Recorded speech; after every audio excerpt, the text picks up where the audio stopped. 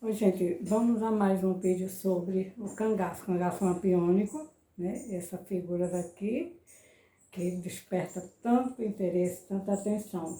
Na verdade, muita gente já escreveu, lançou livros, matérias de jornais, cinema, revista, até que a revista desapareceu desse momento, mas anteriormente era Cruzeiro, que sempre era manchete. Falar sobre o virgulino, o cangaço lampiônico era sempre uma coisa que deixava todo mundo na maior expectativa. E essa expectativa, gente, era por quê?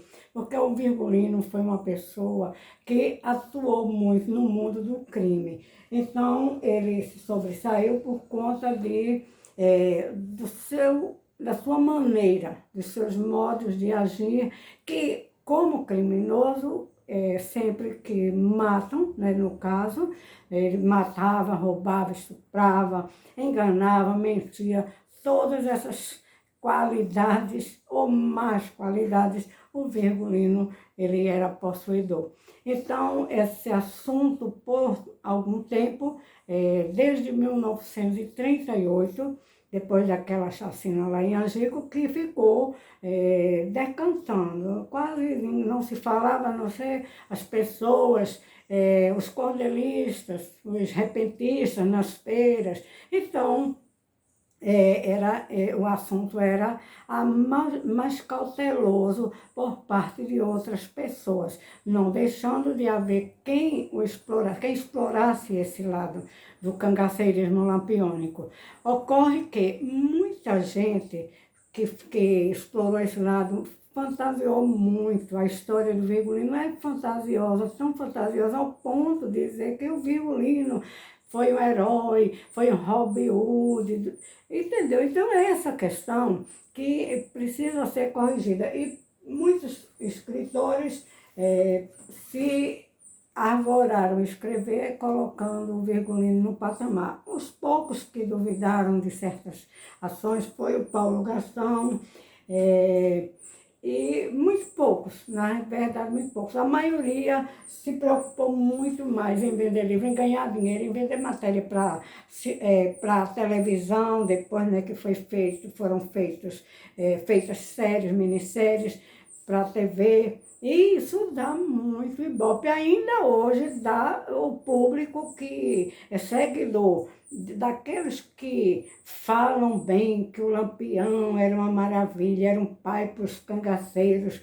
cuidava dos cangaceiros. Gente, não esqueçam, o Lampião, quando tinha algum cangaceiro que era subordinado a ele eliminava, ele matava, né? Outras vezes ele começou a dividir os grupos, porque eram grandes grupos, e aqueles rebeldes ele separava. Por quê? Porque ele precisava dessas pessoas matadoras que ele mandasse, vai ali e mata, ou então quisesse fazer um assalto, praticar algum grande assalto, ele juntava tudinho. Era o caso do Corisco, do Zé Serino,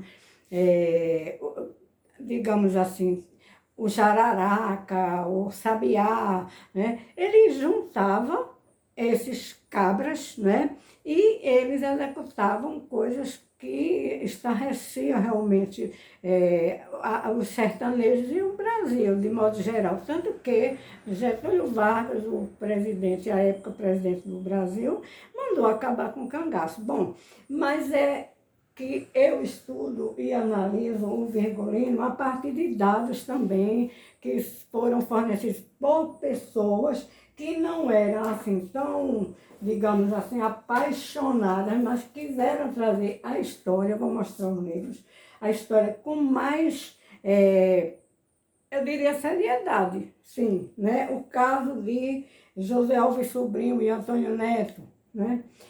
O caso do Paulo Gastão, o caso aqui de Isabel Belícia Ferraz, que também escreveu, aqui é outro livro de Antônio Neto mostrando, aqui tem as cópias de xerocada, né, fotocópias dos documentos que foram dos crimes cometidos, alguns dos crimes que ele conseguiu adquirir através de de delegacias, né? Tá aqui, ó, cangaceiro assassinado na prisão, aí tem também cangaceiro, são vários cangaceiros e pessoas também, esses documentos são muito antigos, que foram, que prestaram queixa na polícia, mas o Virgulino jamais, ele compareceu em uma delegacia porque ele matava e ia embora com os cabras dele e depois ninguém sabia onde ele estava, porque o Virgulino, ele conhecia muito os sertões, porque ele foi ao Mocreve, ele andava muito aliás, de Alagoas para Pernambuco, Ceará, porque ele vendia, ele e a família dele eram almocreves e vendiam essas bugigangas, ia buscar e vendia. Ele era comerciante e depois passou a ser mais um criminoso. Mas vejamos, o Virgulino, ele, desde o início da vida dele, que o Virgulino era uma pessoa que já nasceu com a personalidade, digamos assim, que ele tinha uma personalidade, um comportamento já, que se fosse hoje, todos já identificavam como sendo um psicopata. Por quê? Segundo a doutora Ana Beatriz, eu tenho um livro dela aqui, eu estudo muito essas mentes perigosas, e ela tem canal no YouTube, é uma grande psiquiatra, e ela vai mostrar que, desde criança, que já se pode perceber o comportamento de uma pessoa que provavelmente tornar-se tipo, digamos assim, uma mente perigosa, um psicopata, um narcisista. São várias as coisas que ela estuda, personalidade histriônica, personalidade borderline, e assim por diante, né? Ela estuda e ela é médica, portanto, tem capacidade e condição de afirmar e de dizer que a pessoa já tem essa tendência e que já nasce psicopata. O Virgulino, provavelmente o cangaceiro Virgulino, o famoso Lampião, ele já era psicopata.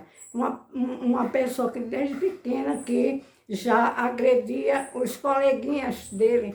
Pequeno, aqui tem um livro de Belícia, que exatamente isso, que maltratava os animais. Ele era almocreve e ele era domador de animais também. Esse domador de animais, domar animais, existem formas, maneiras de se domar um animal brabo sem precisar maltratar, né? De adestrar, né, um animal, um cachorro. A gente sabe que existem técnicas hoje para isso. E sempre houve as pessoas que domesticavam os animais. Isso é comum. Agora, fazer o que Virgulino fazia era realmente uma coisa espantosa, porque, segundo Belícia aqui, Belícia está aqui, ó, a foto dela, certo? Minha prima, ela diz que em Nazaré do Pico as pessoas já ficavam na expectativa. Quem tinha animal, um boi brabo, né?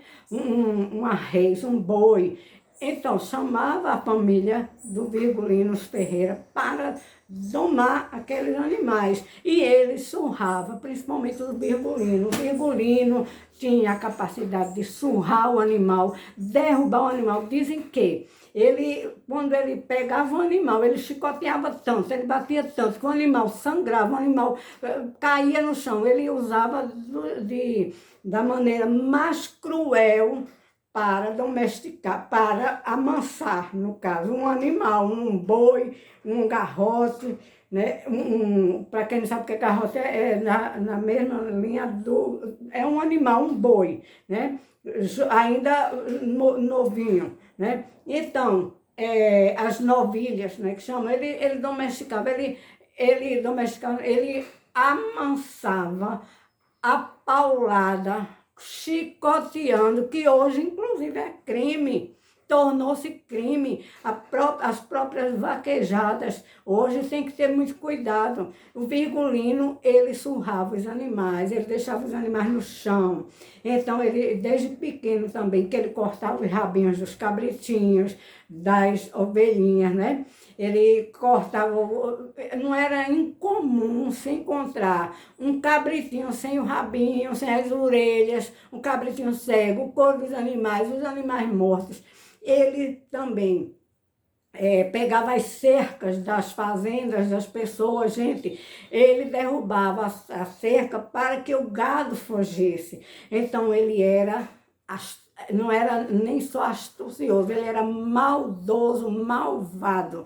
Essa é a característica desde que o Virgulino ficou sendo conhecido, os ferreiras conhecidos, principalmente o Virgulino, lá em Nazaré do Pico, brigando com José Saturnino, aqui, José Saturnino, brigando, José Saturnino não conseguia mais ter amizade com o Virgulino, porque o Virgulino era mentiroso, jogava as coisas para os outros, inclusive para o Zé Saturnino, fazia as coisas para o Zé Saturnino. Virgulino roubava até um chocalho, que foi a confusão, foi o chocalho que era o Zé Saturnino, e o Virgulino roubou e botou no gado dele. Né? E essa história de dizer, o Virgulino, o pai do Virgulino não tinha nada, ele reivindicava terra, mentira. Não é verdadeiro, o Virgulino nunca reivindicou terra nem nada. E os pais do Virgulino tinham terras, não eram grandes fazendeiros, não eram pessoas de grandes posses, mas inclusive eram comerciantes conhecidos na região. Né? E o Virgulino aprendeu a ser comerciante com o pai, quando ia pegar mercadoria em Delmiro Gouveia, lá em Alagoas, Sergipe, para aquele lado de lá em Alagoas, né? Quem não sabe, Delmiro Gouveia, um lugar onde tinha uma fábrica, ele ia lá, certo? E comprava mercadoria e saía vendendo. Agora, o caso é que o Virgulino sempre foi uma pessoa maldosa, uma pessoa de mau caráter. Os instintos do Virgulino eram realmente de pessoa perversa, certo? Agora, muita gente tem aí seguidores, se falar que o Virgulino foi bonzinho, um herói, que o Virgulino foi uma pessoa, era super inteligente, conseguiu fazer isso. Lógico, gente, todo psicopata, ele mente, ele engana, ele diz que é sem ser, ele passa as coisas, ele comete as coisas e passa para os outros, ou então faz de conta que não foi ele, né? Não é incomum também se ver crimes, eu vou falar até aquele Pádua, né? Guilherme de Pádua, que mentiu que não foi ele que matou a Daniela Pérez. Quando foi, sabe-se que foi ele que matou a Daniela Pérez, né? Então, eles mentem, eles jogam para as outras pessoas. Cuidado, gente, cuidado, que se você tiver uma pessoa que ponha a culpa do que fez em você, tenha cuidado. Pode ter certeza que é um psicopata. Isso daí, doutora Ana Beatriz fala aqui no livro dela, cuidado, tá aqui, ó. O psicopata mora ao lado, mas não é todo mundo que é psicopata, não. Então, depois eu vou falar com